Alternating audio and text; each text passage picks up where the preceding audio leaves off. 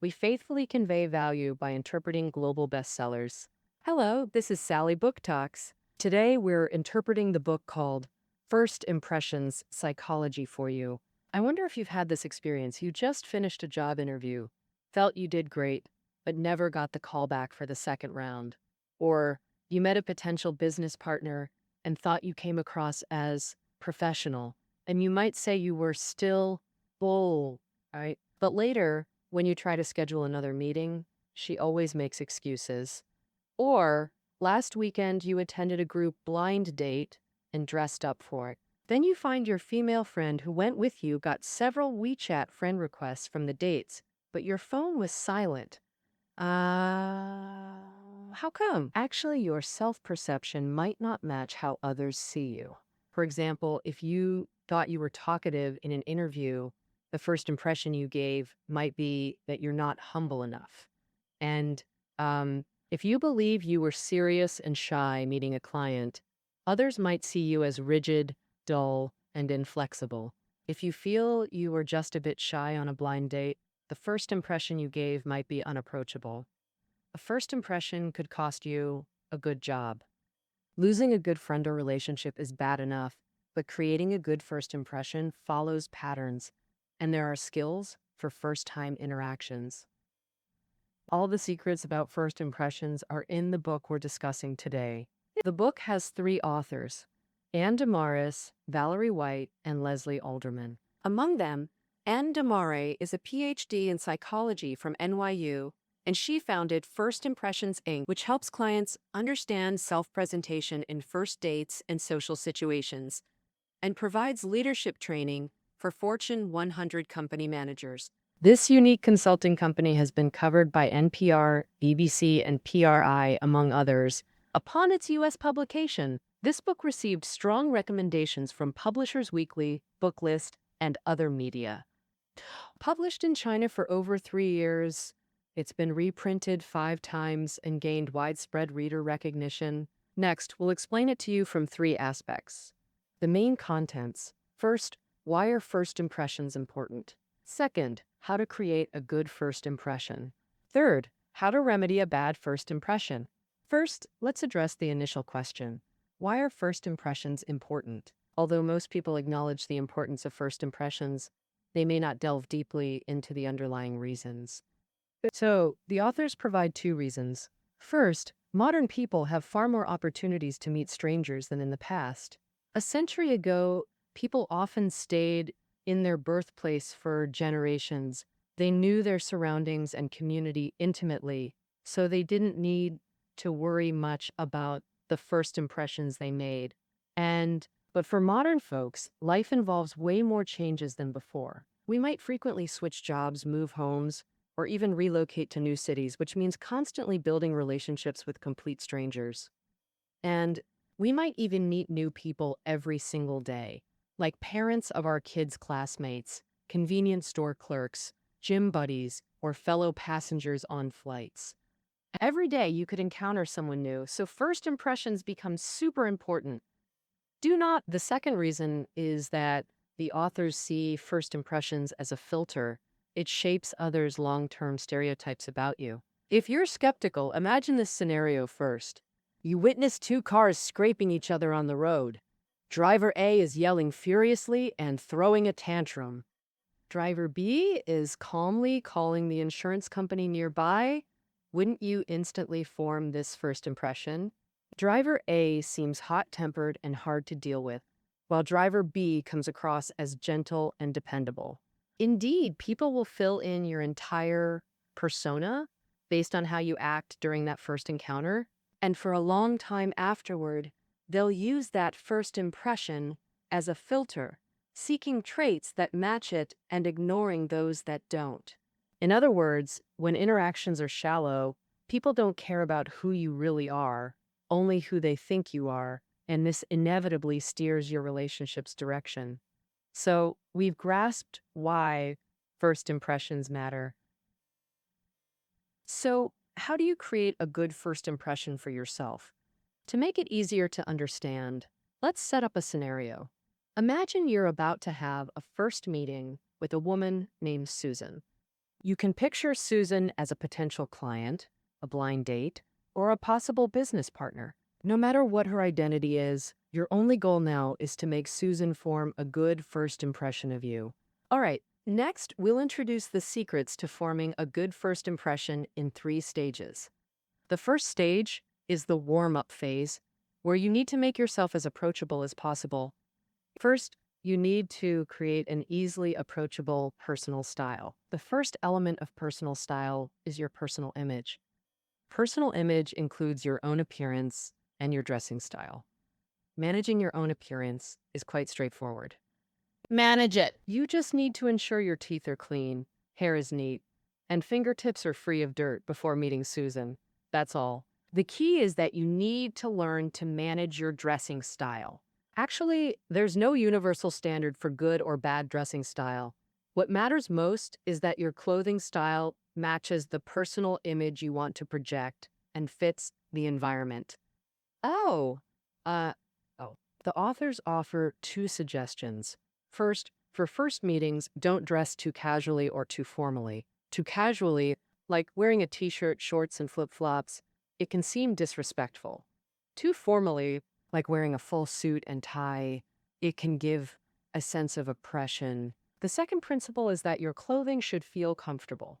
Otherwise, you'll be anxious about things like shirt buttons popping or shoes rubbing your heels raw. The authors also remind you not to be affected by the spotlight effect. The so-called spotlight effect is that when we embarrass ourselves, we always think others notice, but actually, that's not the case. So, you don't need to worry too much about having small eyes, a big belly, or mismatching your bag today.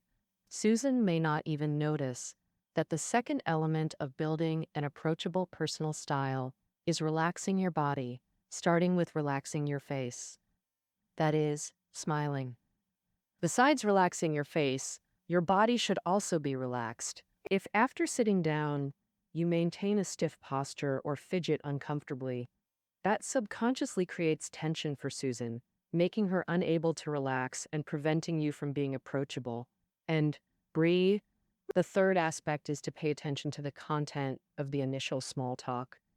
The authors offer 2 suggestions on this. The first suggestion is to proactively introduce yourself, which has 2 benefits. 1, you relieve Susan's pressure to initiate self-introduction, as she can follow your example without overthinking.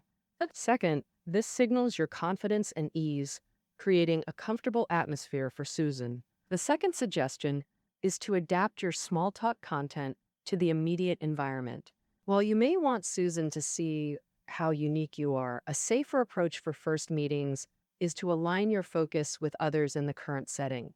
For example, if you're at a Western restaurant, even if you usually prefer hot pot or barbecue, try commenting on steaks at different price points.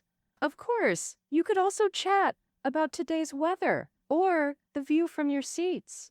When you quickly blend into the environment, Susan gets the signal that you're easygoing and approachable. Here, the authors suggest you can appropriately use some exaggerated compliments like, "Wow, this restaurant is amazing," or "Oh my, the view here is stunning," to let Susan feel your positive mood. Showing you enjoy being here and meeting her makes Susan more likely to develop a favorable impression than just saying, "Nice to meet you," flatly. Great! If you've made yourself appear approachable in the warm-up phase, congratulations, it's a good start. Next, you and Susan may start exploring mutual understanding. This is the second stage of creating a good first impression, the engagement phase. In this stage, you need to show genuine interest in the other person. Why? First, recall. When someone shows no interest in you during a date, never asks questions, and always steers conversations back to themselves, how does that feel?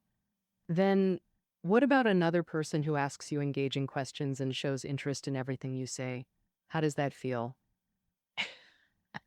By comparison, who leaves a better impression? The answer is obvious. People naturally prefer those interested in them. So, how should you express interest in Susan now? The authors offer 4 suggestions, starting with paying attention to your body language. When Susan speaks, smile and lean forward slightly. Use body language to show Susan you're interested in what she's saying. Additionally, be mindful of your eye contact duration with Susan. Researchers note that during conversations, people typically maintain eye contact 45% to 60% of the time. Aim to match or exceed this duration, but never fall below it. Be careful not to use frequent, short glances. This easily gives the impression of being distracted. Appropriately extending each gaze duration better conveys your attentiveness. Second, the authors suggest mastering appropriate questioning, which has 2 layers of meaning. The first layer is about frequency. Ask Susan more questions than she asks you. The second layer of questioning refers to using appropriate methods. Common and appropriate questioning styles include closed-ended and insincere questions. What are closed-ended questions? It's when you rapid-fire questions that only require short answers.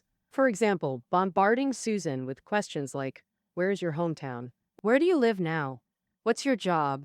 This interrogation-like style feels suffocating. Then what are insincere questions? It's when you appear to ask the other person something, but actually steer the topic to yourself. Say you want to show off your charity work.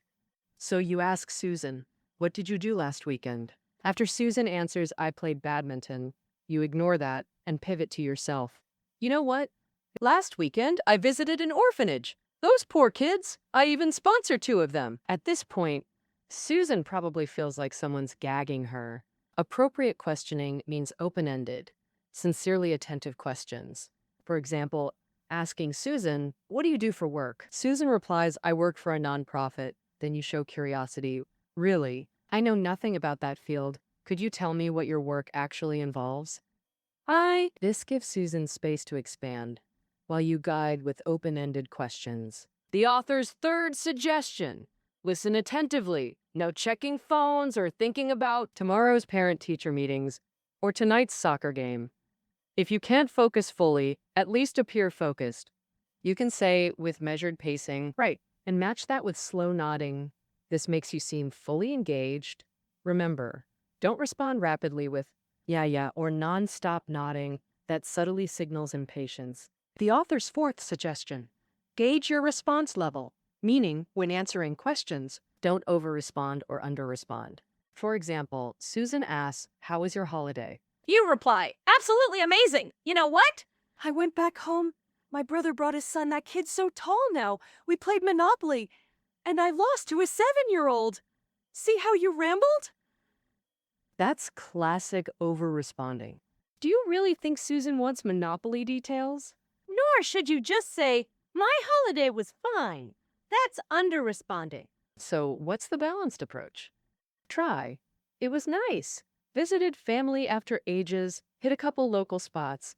By the way, have you traveled near my hometown?" See how you concisely answered while bouncing the conversation back? This shares about you while showing interest in her. If you've shown genuine interest during engagement and Susan finds you pleasant and perceptive, conversations may deepen. Proceed and deepen to the third stage of impression building, the deepening phase. Here, choose fitting topics, control conversation rhythm, and adjust mindset while maintaining attentiveness. First, selecting appropriate topics. The authors categorize topics into objective ones and self-revealing ones. Objective topics discuss external observations without personal details. For these, the authors say almost anything goes, except 2 types best avoided initially: sensitive subjects like politics, religion, or finances. For instance, never casually say, "Who doesn't have $1,000,000 these days?" Statements like "people who buy American cars are unpatriotic" can easily offend others. The second is trivial topics. Basically, it's about petty things like encountering a weird waiter yesterday or having an annoying new colleague at work. These might seem like light gossip to you, but never discuss them with someone you just met. Obsessing over trivial matters makes you seem vulgar and boring. All right, now you know objective topics are mostly unrestricted, but conversation skills require fineness. Next, let's explore how to introduce topics, break awkward silences, and respond during conversations. Generally, finding common ground isn't easy when you don't know the person. So if you want to impress Susan, take initiative in introducing topics. The authors suggest discussing recent experiences, like a trendy restaurant you visited, a movie you saw, current events, or interesting social news. Unlike trivial topics mentioned earlier, these should resonate with Susan, spark her interest, or bring her joy. In short, avoid topics like complaining about strangers, things that make her frown or leave her speechless. While introducing topics, constantly observe Susan's reactions. If she engages with your topic, great, but if she seems uninterested, learn to break the ice. For example, if you mention every girl is dieting these days, and Susan only smiles without engaging, immediately shift topics. Say, but I believe health matters most. What healthy habits do you practice? Even if people don't care about dieting, they can discuss health. Now, what if you encounter topics you don't know or dislike? For unfamiliar topics, the authors advise openly admitting ignorance and asking humbly, it's not shameful. For disliked topics, find ways to steer away. For instance, if Susan asks, what's the average annual income in your industry? If you don't want to reveal your income too early, you can respond that income varies with market changes. Don't you think the global economic situation isn't very optimistic for the next year or two? Then you can naturally discuss economic trends with Susan. Next, let's talk about self-revealing topics. For such topics, the authors suggest first following the principle of information reciprocity. Second, master 2 techniques: showing your interests and revealing weaknesses, and avoid the trap of bragging. First, let's discuss what the principle of information reciprocity is. Information reciprocity means sharing personal information at a level similar to what the other person shares, not too much, not too little. For example, if Susan talks about her job, hometown, family members, and you only mention your job without revealing anything about your family, that's under-disclosure, making Susan feel you're withholding and dishonest. But if you over-disclose, elaborating on your life experiences and dreams from childhood, Susan might think you're a bit shallow and immature.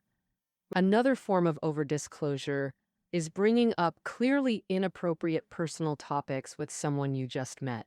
For instance, Susan asks how your day was. You reply, "Oh, I just went to the hospital for a lung tumor biopsy. The results come out tomorrow, so worrying." Then, besides discussing tumors, what else can Susan talk about? Similar over-disclosure topics include your mother-in-law relationships, marital issues, or family deaths. Save these for close friends. Now, why do we need to show our interests during self-sharing?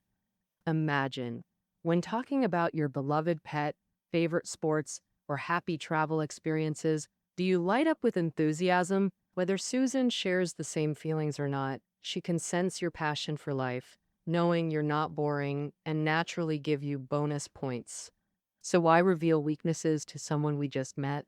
Because when you honestly say things like, when I first came to this city, I job hunted for 3 months, or I'm directionally challenged, I circled around several times to find this restaurant, Susan will feel you're genuine and relatable, and she'll dare to show her own flaws. This will undoubtedly strengthen your relationship. Finally, let's look at common pitfalls in self-disclosure. The first pitfall is bragging. You might not do it intentionally, but you could subtly imply superiority in conversation, like when describing your home. Neighbors say several A-list celebrities live in my complex. Hope to bump into them during walks. Or when discussing work. My job has taken me to every major city worldwide. I'm quite afraid of flying now. Remember, no matter how subtle, Susan senses your eagerness to show off.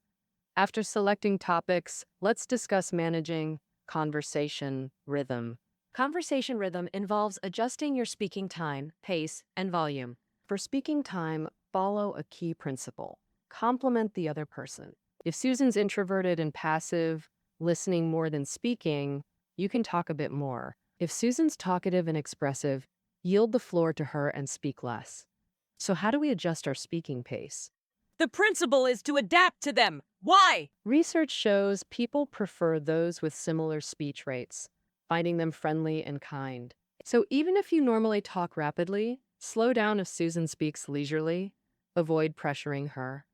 Volume adjustment follows environmental adaptation. Speak louder in noisy places, softer in quiet ones. This shows consideration. All right, now let's examine mindset adjustment. The authors stress maintaining equality, no inferiority or superiority complexes.